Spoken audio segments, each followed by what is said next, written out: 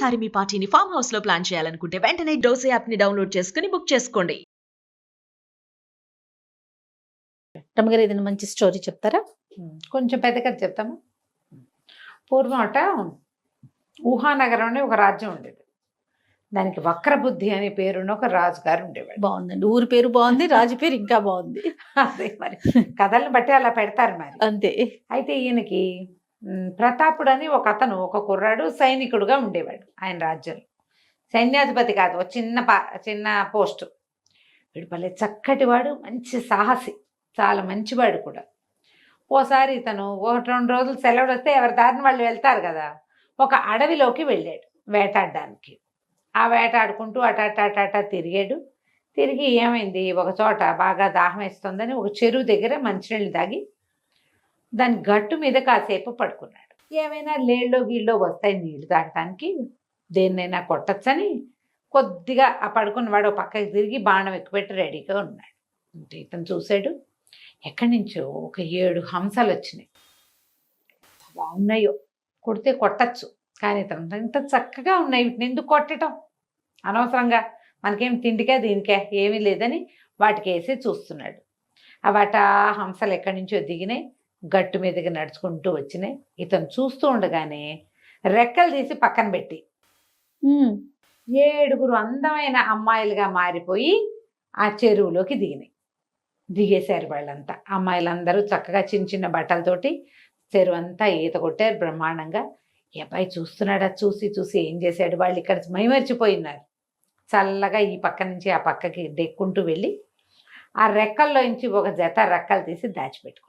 చీకటి పడిపోయి పడంగానే ఈ హంసలన్నీ బయటకు వచ్చినాయి. అమ్మాయిలందరూ బయటకు వచ్చి ఎవరి రెక్కలు వాళ్ళు తొడుక్కుని హంసల్లాగా మారిపోయారు. ఒక అమ్మాయి రెక్కలు దొరకలే. ఆ అమ్మాయి అటు ఇటు వెతుక్కుంటుంటే వాళ్ళందరూ ఏమన్నారు, నీ రెక్కలు వెతుక్కుని వచ్చి సమయం అయిపోయింది, చీకటి పడితే ఒప్పుకోరు, దారులు మూతపడిపోతాయని 6 హంసలు ఎగిరిపోయినాయి.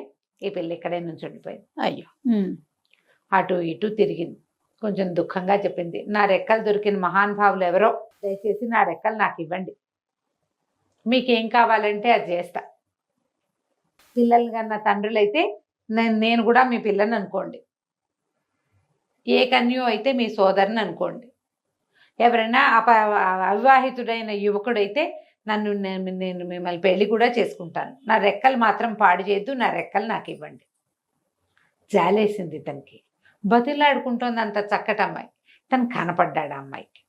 కనపడి అతను అన్నాడు, తీసుకొని రెక్కలు నువ్వు తీసుకొని, నేను బాధ పెట్టినందుకు నన్ను క్షమించు, నువ్వు వెళ్ళిపోతావేమో వెళ్ళిపోమన్నాడు. అనేసరికల్ ఆ అమ్మాయి ఏంది, ఎంత మంచివాడివి, మానవుల్లో ఇంత మంచివాళ్ళు ఇంత చక్కటి వాళ్ళు ఉంటారా, మానవులు ప్రమాదకారులని మా ఊళ్ళల్లో చెప్పుకుంటారు అన్నది. అనేసరికల్లా ఇతను అన్నాడు, అందరూ నా ఉంటారు ఇలాగా, అంత నచ్చితే పెళ్లి చేసుకోవచ్చుగా పోనీ నన్ను అన్నాడు. అనేసరికి ఆవిడ నవ్వింది, నేను మాట ఇచ్చాను ముందేనని మెడలో ఉన్న నవరత్నాల మాల తీసి అతని మెడలో వేసి, నేను అన్నాను ముందే అవివాహితుడైన వాడైతే వివాహం చేసుకుంటాను అని, నా రెక్కలు పాడైతే ఇంకా నాకు జీవితమే లేదు, అవి ఉంటే నేను ఎప్పటికైనా కొంతకాలానికి మా ఇంటికి వెళ్ళగలుగుతాను అని చెప్పింది. ఆ రెక్కలు దాచిపెట్టుకుంది. అతనితో పాటు అతని ఇంటికి వచ్చేసి వాళ్ళకు కూడా లోకంలో తెలిసిపోయింది, మానవుడు ఎవరికో మా తమ చెల్లెలు దొరికేసింది అని. ఇక అతను అమ్మాయితో పాటు ఇంటికి తీసుకొచ్చుకున్నాడు. చిన్న సామాన్యమైన కుటుంబం, పర్వాలేదు. కానీ ఎప్పుడైతే ఈ అమ్మాయి ఇతనితో పాటు ఒక అందమైన అమ్మాయి, చక్కగా మంచి బట్టలతోటి దేవతా స్త్రీలాగా ఉన్న అమ్మాయి వచ్చిందో ఊరంతా చెప్పుకున్నారు. బాగా చెప్పుకుని రాజుగారి దాకా పోయింది. రాజుగారు పిలిచాడు, ఏమిటో మీ ఆవిడ చాలా అందగత్తట, అంత చక్కటి అమ్మాయిని ఎట్లా సంపాదించాబోయ్ ఏమిటో అని అడిగాడు. అడిగితే నా భార్య ఒక దేవతా స్త్రీ అండి, ఇలాగా హంస రెక్కలు ఉన్నాయి వాళ్ళకి, నేను ఆ రెక్కలు సంగ్రహించడం వల్ల ఆమె నాతో వచ్చింది అని చెప్పేసరికి ఆ వక్రబుద్ధి రాజుగారికి చాలా ఆశ పుట్టింది. ఆ దేవతా స్త్రీ ఏదో మన దగ్గర ఉండకూడదు, వీడిని ఏమైనా చేస్తే ఆవిడ చచ్చినట్టు ఉంటుంది. ఇక్కడ మానవుల జీవితం ఎన్నాళ్ళు, కొంతకాలం అన్నాళ్ళు ఉంటుంది గ్యారంటీగా, వాడు లేకపోతే వాడు మన దగ్గర ఉంటుంది. ముందు చంపేసామనుకో దానికి కోపం వస్తుందేమో, అందుకని ఏమన్నాడు, సరే మంచి మాటేను అని ఏవో బహుమతులు ఇచ్చాడు, ఒక మంచి ఇల్లు ఏర్పరిచాడు, దేవతా స్త్రీ వచ్చింది భూలోకానికని పంపించేశాడు. పంపించేసి కొద్ది రోజులు పోయాక ఇతన్ని పిలిచాడు.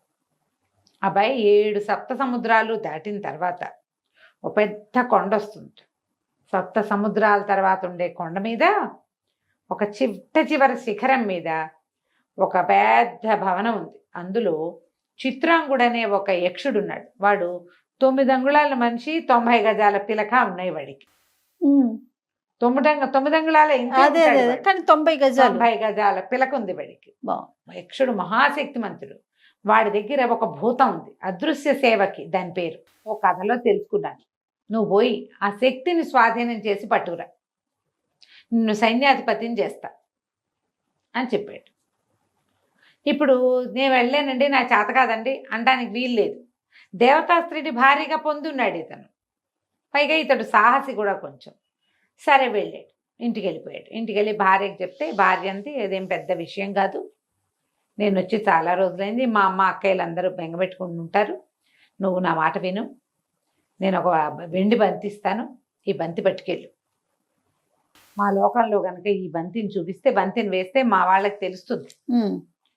నీ మెడలో ఉన్న వస్తువుని బట్టి నవగ్రహాల నవరత్నాల మాల ఉంది కదా, మాలను బట్టి వాళ్ళు నిన్ను గుర్తుపడతారు. మా అమ్మ దీనికి ఏమైనా సహాయం చేస్తుంది నీకు అని చెప్పింది. వీళ్ళు ఒక రకమైన దేవత జాతులు వాళ్ళు. సరే, ఇతను ఏం చేశాడు, కొండలు కోనలు దాటుకుంటూ వెళ్ళి ఒక మాయా సరోవరం, అమ్మాయి చెప్పిన అడ్రస్ ప్రకారం ఆ సరోవరంలో బంతిని పడేసేసరికల్లా నీళ్ళన్నీ పక్కకిచ్చి పక్కకి వెళ్ళిపోయి తను దిగి వెళ్ళడానికి దారి కనపడింది. అతను ఆ దారి వెంబడి పాతాళ లోకం వైపుకి నడుచుకుంటూ వెళ్ళాడు. వెళ్ళగా వెళ్ళగా వెళ్ళగా ఓ ఉద్యానవనాలు అవి ఇవి వచ్చినాయి.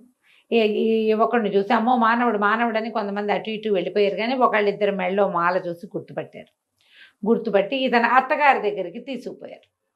ఆవిడ మెళ్ళో ఉన్న వస్తువుని చూసి వాళ్ళ అమ్మాయి ఒక ఉత్తరం రాసిచ్చింది. అది చదువుకుని, అయ్యా నువ్వు చాలా మంచివాడివి, మా అమ్మాయి ఉత్తరం రాసింది, నేను నన్ను వదిలేయండి అని అడిగినందుకే నా భర్త నాకు ఉడుపులు ఇచ్చేస్తానన్నాడు. ఇంకొకడైతే హంసరెక్కలు దొరికితే ఎంతైనా చెయ్యొచ్చు, నేను అతన్ని వెలచి వివాహం చేసుకున్నాను, ఇతను చాలా ఉత్తముడు, మానవోత్తముడు, కాబట్టి ఇతనికి ఏదైనా సహాయం చెయ్యి, అతను అడిగింది చేయమని కూతురు ఉత్తరం రాసింది. ఆవిడ చాలా సంతోషించింది. చాలా బాగుందని ఏం చేసింది, తమ లోకంలో ఉన్న అన్ని రకాల జంతుజాలాల్ని పిలిచింది. అందరు వచ్చారు. ఎవరికైనా ఈ సప్త సముద్రాల తర్వాత ఉన్నటువంటి ఈ కొండ మీద ఉన్న, కొస మీద, శిఖరం మీద ఉన్న చిత్రాంగుడు తెలుసా, ఆ లోకం తెలుసా, ఆ యక్షలోకం అంటే మాకు తెలియదు అన్నారు. అయితే వచ్చిన జనాల్లో ఒక కుంటి కప్ప కాలు కుంటిది ఎగురుకుంటూ వచ్చింది. మామూలుగా ఎగట్ల కుంటిగా ఎగురుతుంది. అది నాకు తెలుసు, నేను ఇది వరకు వెళ్ళాను, మా అమ్మ తాత వాళ్ళు అంతా కూడా వెళ్తుండే వాళ్ళు అక్కడికి అని చెప్పింది. చెప్పంగానే ఆవిడేమంది, నువ్వు మా నల్లుడు గారిని, ఈ ప్రతాపుడిని తీసుకెళ్ళి అక్కడికి తీసుకెళ్ళి ఆ పని ఏదో పూర్తి చేయించి తీసుకురా. సరేనండి. సరే, ప్రతాపుడు కుంటికప్ప ఇద్దరు బయలుదేరారు. ఈవిడేదో ఒక సాధనం ఇచ్చింది, సప్త సముద్రాలు దాటడానికి. సముద్రాలు దాటారు. కప్ప ఎలాగో నీళ్ళలో తిరుగుతుంది కదా, కొండెక్కారు. కొండెక్కితే ఆ కొండ బాగా పైకి ఎక్కి ఆ శిఖరాల మీదకి ఎక్కేసరికల్లా ఒక కోట కనపడింది. ఆ కప్ప ఏం చెప్పిందంటే, నేను బయటే ఉంటా, నేను లోపలికి రాలేను, నువ్వు లోపలికి వెళ్ళు, చూద్దాం. చీకటి కోణం అది, ఎటు నడుస్తున్నాడు ఏమిటో తెలీదు. ఈ కొండంతా ఎక్కారా, ఆ శిఖరం ఎక్కేసరికల్లా ఆయాసం రాదు. అతను మెల్లిగా తడుకుంటూ లోపలికి వెళ్ళాడు. ఎవ్వరూ తగలటల్లా, మనుషులు ఉన్నట్టుగా లేదు, అక్కడ ఏమీ లేదు.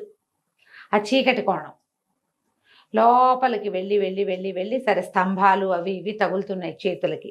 కొద్దిగా కాసేపటి కళ్ళు అలవాటు పడతాయి కదా, ఒక స్తంభాల చాటున కూలబడ్డాడు. ఆ ఆయాసం వచ్చేస్తుంది. ఈ ఆయాసం అణిగే సమయానికి ఢామ్మని వాకిలి తలుపులు తెరుచుకున్నాయి.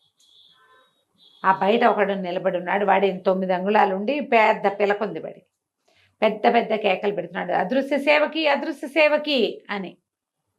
అనంగానే టకటక దీపాలు వెలిగిపోయినాయి లోపల. ఈ ప్రతాపుడు తను కనపడతాడు, కబుక్కున్న స్తంభం వెనకాల దాక్కున్నాడు. వాడు ఆ పిలక సవరించుకుంటూ చిత్రాంగుడు లోపలికి వచ్చాడు. నేను సభకి వెళ్ళాలి, అన్నం పెట్టవా, ఎప్పటికి భోజనం పెడతావు నువ్వు అని గట్టిగా అరిచాడు. అరవంగానే వెంటనే ముందేమో ఈ దీపాలు వెలిగిపోయినాయి. ఒక దీపం చేత్తో పుచ్చుకుని ఒక దీపం కదులుతూ వస్తుంది. ఇతనికి ఒక కలశం ముందు కాళ్ళు కడుక్కోవడానికి నీళ్లు, కాళ్ళు కడుక్కున్నాడు. ఆ తర్వాత ఇతను లోపల నడిచొస్తుంటే ఒక పెద్ద ఆకు, దాని నిండా ఆహార పదార్థాలు, పక్కన ఒక విసనకర్ర ఇట్లా విసురుతూ కనపడుతోంది. మనుషులు కనిపించట్లా. ఈ కూర్చున్నాడు ఈ చిత్రాంగుడు. చకా చకా చకా భోజనం చేసాడు. భోజనం చేసి నేను వెళ్ళొస్తాను అని వెళ్ళిపోయాడు. వెంటనే మొత్తం దీపాలన్నీ ఆరిపోయిన చీకటి కోణం.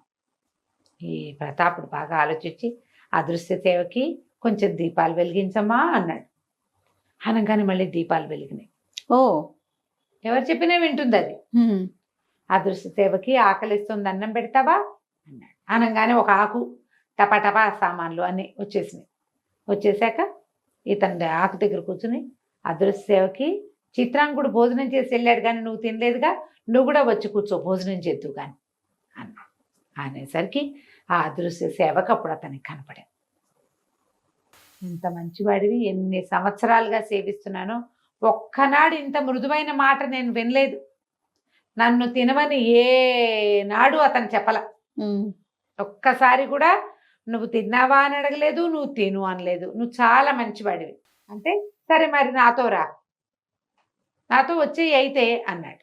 అనేసరికల్లా ఆ సేవకి ఏం చెప్పిందంటే నేను అలా రాలేను, ఉమ్. నన్ను ఆజ్ఞాపిస్తేనే చేస్తా, నన్ను ఆజ్ఞాపిస్తే వస్తాను నీతోటి. సరే అన్నం తినన్నాడు.